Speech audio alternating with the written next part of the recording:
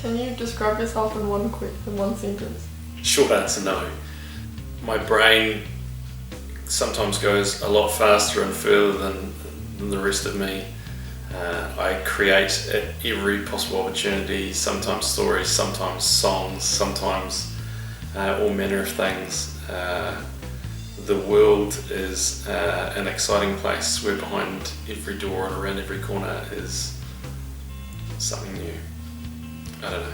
There was more than one sentence, but there were a lot of commas. So it was one big long sentence. You're a teacher, why did you choose this career path?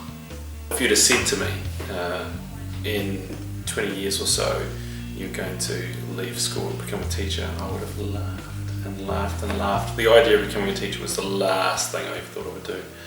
My wife Jo and I sat down and worked out some options, and teaching was one of them, and it surprised me that I actually thought, oh, this would be cool.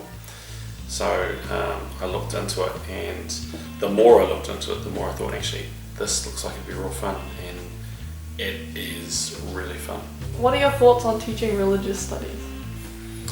When I first started teaching, I went into teaching DVC, design, visual communication, and graphic design, which are both I guess artistic based, but also engineering based, which is kind of the stuff I'd been doing.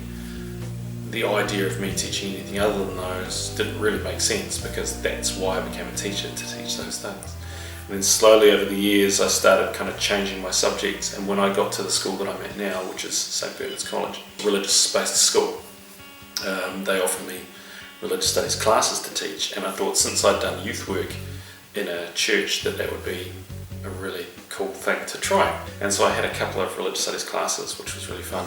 And then the more I did it, the more I found myself really enjoying it. The idea of taking these really big, weird, crazy concepts and talking about them in depth and asking questions and getting my students to ask questions.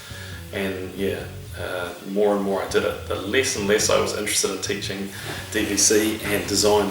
So I'm now fully, the last couple of years I've been fully teaching religious studies, and it's great because it's big questions and I like questions more than I like answers. What part do you find most rewarding about teaching? Most rewarding thing of teaching for me is the interactions, the kind of relationships that you form, and there'll be times where you will be able to say things into someone's journey, which is really powerful. You'll be able to say things that they remember, or they'll be like, oh, I get this now, or they'll have the opportunity to really enjoy themselves in a place that they didn't think that they enjoyed themselves before. Yeah, those are the spaces that I find the most joy. And which part do you find most challenging? Dealing with students in an administrative way. Like, I love to sit in front of them and to see where they're at and answer their questions and help them through things. I don't like it when they're not there and I've got to go through and write reports or mark things, or that kind of stuff is just really, really hard. But I became a teacher to sit in front of students and to, listen to their stories and to, input into that. I like the realness of the conversations.